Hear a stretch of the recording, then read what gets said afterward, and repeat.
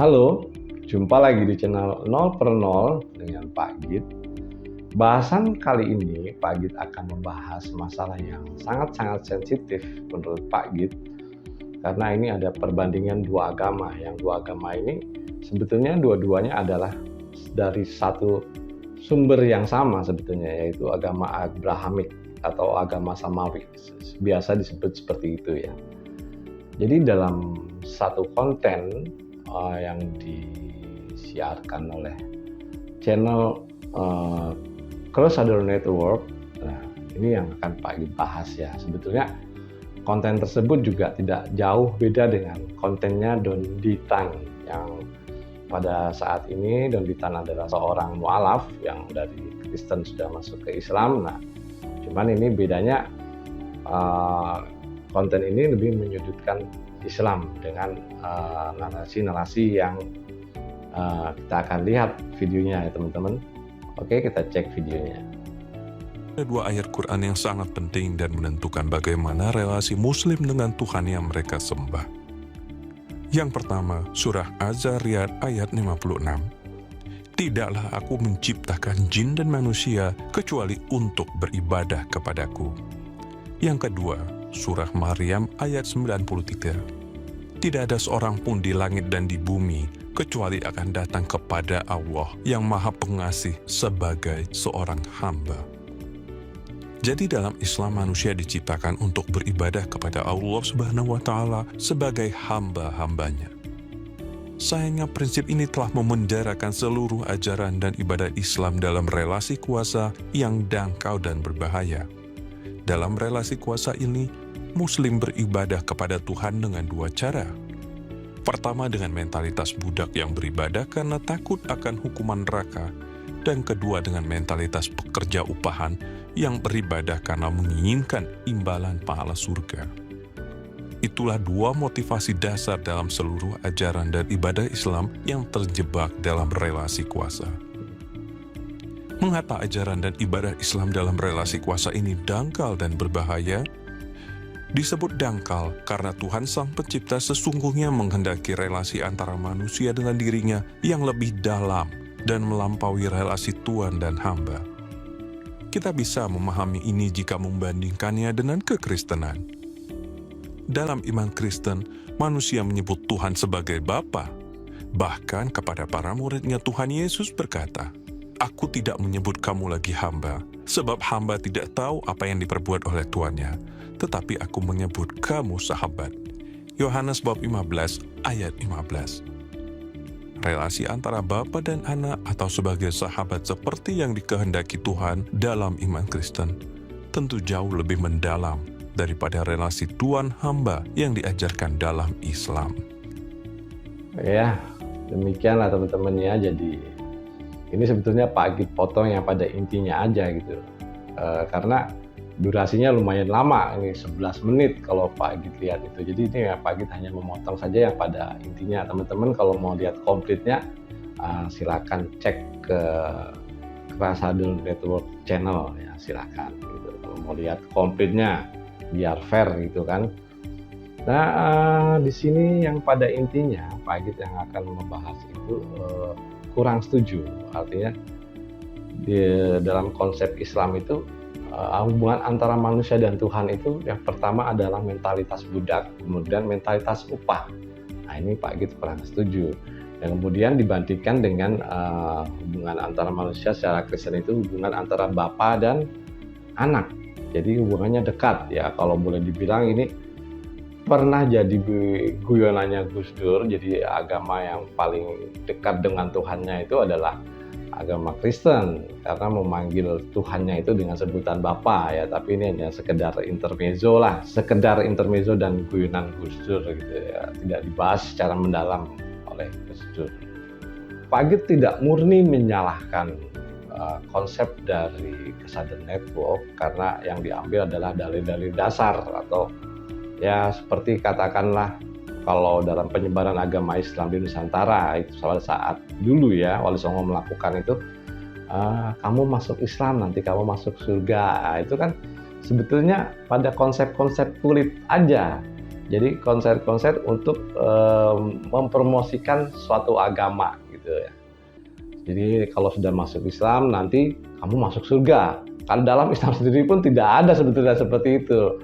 Cuman ini untuk pengenalan awal gitu ya.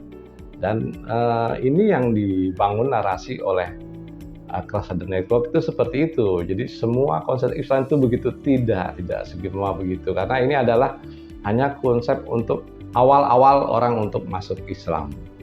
Tingkatannya itu nanti Islam, kemudian iman, kemudian bertakwa. Nah, jadi yang dibangun itu pertama adalah ibadah ritual dulu. Apa sih fungsinya ibadah ritual ini? Ibadah ritual ini nantinya akan membuat ke jenjang yang lebih lanjut.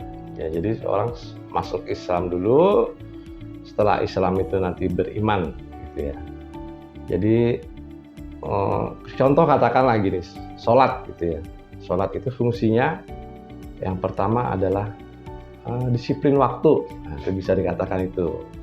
Kedua, kalau lebih mendalam lagi, sholat itu untuk mencegah pekerjaan keji dan munkar. Nah, keji dan munkar ini seperti apa? Yang contoh paling ringan ya, membuang sampah sembarangan. Ini termasuk pekerjaan keji dan munkar. Tidak menyakiti orang lain, cita kasih sesama, termasuk dengan puasa ya. Dulu justru jelas nih di dalilnya di puasa ya. Yang ayatnya bunyinya kira-kira seperti ini. Wahai orang-orang yang beriman, berpuasalah kamu seperti orang-orang sebelum kamu, hingga kamu nanti menjadi orang yang bertakwa. Ya, seperti itulah. Jadi konsepnya itu di awalnya diiming-imingi dulu. Kamu puasa nanti dapat pahala sekian-sekian. Tapi tujuannya bukan seperti itu. Tujuannya itu adalah membuat orang-orang yang beriman menjadi orang-orang yang bertakwa. Jadi Islam, kemudian beriman. Nah, diserukan di sini, wahai orang-orang yang beriman. Dan dalam Al-Quran itu tidak ada satu ayat pun yang berseru tentang wahai orang-orang Islam atau ya ayyuhallazina aslamu. Nah, itu nggak ada. Yang diserukan ini adalah orang-orang beriman. Gitu. Balik lagi tadi ya ke tujuan puasa itu. Dengan puasa ini, secara sosiologi ya, kita merasakan lapar. Udah pastilah orang puasa itu mendapatkan lapar, rasa lapar, haus. Nah, ini fungsinya buat apa? Fungsinya supaya kita mengerti rasa lapar dan haus itu seperti apa. Jadi jika kita melihat orang yang sedang kelaparan atau kehausan, kita wajib hukumnya untuk membantu. Melakukan Islam yang sifatnya ritual tadi untuk melakukan ibadah sosial. Jadi itu hubungannya sesama manusia itu saling membantu, saling menciptakan cinta kasih yang sebetulnya pelajaran cinta kasih ini sebetulnya setiap agama melakukan hal itu. Tidak ada satu agama pun yang mengajarkan tentang kebencian, percayalah. Sebelum Pak Git lanjutkan, kita simak video dari Buya Sakur yang korelasinya ada dalam hal ini. Oke teman-teman, saksikan. Saya tidak akan menguji kebenaran keyakinan Anda dengan dalil-dalil dan sebagainya. Surga itu seperti apa, adanya di mana. Nggak perlu. Yang penting kalau Anda yakin ada surga dan lalu Anda ingin masuk surga, baru saya mengamati kelakuan Anda, perbuatan Anda sehari-hari. Apa benar kamu ini termasuk orang yang ingin masuk surga? Ternyata ada orang susah, kelaparan, tidak terdorong hati sanubarinya untuk ngasih makan orang kelaparan. Nggak percaya Anda ingin masuk surga? Ada anak yatim terlantar, nggak punya ibu, nggak punya bapak, tidak bisa sekolah. Anda tidak pernah bertanya kok. Saya nggak percaya Anda kepengen masuk surga. Itu aja kok. Punten, ini saya punya tolak ukur seperti itu. Ya, begitulah teman-teman ya. Pernyataan yang dinyatakan oleh Buya Sakur yang pada intinya kalau kita ingin masuk surga gitu ya, itu bukan dilihat dari dalil dan segala macamnya.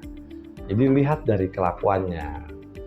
apakah kita punya cinta kasih terhadap orang yang tidak makan, terhadap orang yang kurang pendidikan, dan lain-lain. Sebetulnya pelajaran ini adalah pelajaran cinta kasih yang dibangun awalnya lewat sholat, lewat puasa, lewat haji dan lain-lain, zakat, itu untuk membangun iman gitu. Jadi dari Islam ke beriman. Kemudian nanti yang jelas tingkatan yang lebih tinggi adalah bertakwa. Kalau sudah urusan bertakwa, tidak penting kita mendapatkan pahala atau tidak, yang penting kita sudah melakukan anjuran atau ajaran cinta kasih terhadap sesama. Satu lagi ya, dalam konsep ketauhidan yang menurut Pak Agit ini adalah menciptakan hubungan ketauhidan. Hubungannya bapak dan anak ini kan dekat gitu ya. Nah, dalam Islam, kalau sudah menjadi Islam, beriman, kemudian bertakwa, ini konsepnya sudah beda. Tidak menginginkan yang namanya imbalan atau sifatnya mental budak tadi, itu sudah tidak ada. Berdasarkan puisi Maulana Rumi yang artinya, saya mencari Tuhan di masjid tidak ada.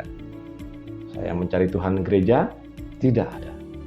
Saya mencari Tuhan di kuil tidak ada. Saya mencari Tuhan di vihara tidak ada. Saya cari Tuhan kemana-mana tidak ada.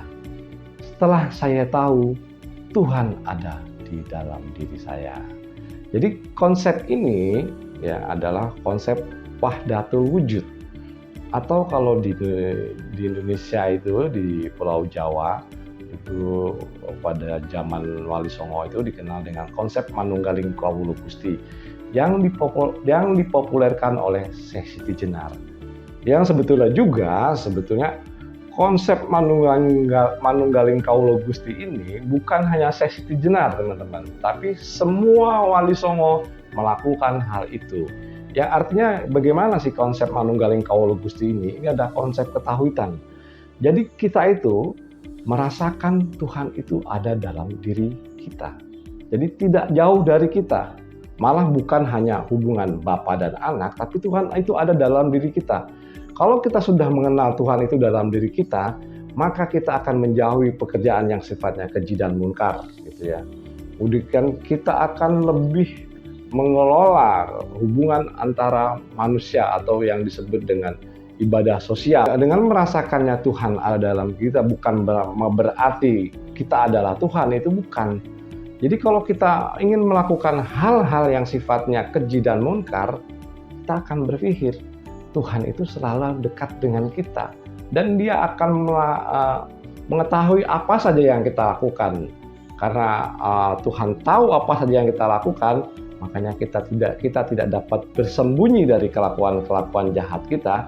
Kita akan menghindari kelakuan jahat-jahat tersebut. Baik teman-teman, menurut Pak Agit ini cukup sekian dan Pak Agit akan masuk ke bab kesimpulan, yaitu yang artinya, yang pertama, narasi yang dibuat oleh Casadel Network itu tidak salah, ya. Tidak salah dalam hal ini adalah konsep kulit Islam. Jadi kalau menurut beliau itu pendapatnya ini adalah relasi yang dangkal, itu benar karena ini baru konsep awal, baru konsep di kulit, belum masuk ke dalamnya. Kalau sudah masuk ke dalamnya, hubungannya itu bukan cuma antara bapak dan anak, tapi udah antara Tuhan dan kita itu sudah menyatu. Yang artinya Tuhan akan selalu mengetahui apa yang kita kerjakan dan kita akan menghindari perbuatan-perbuatan buruk.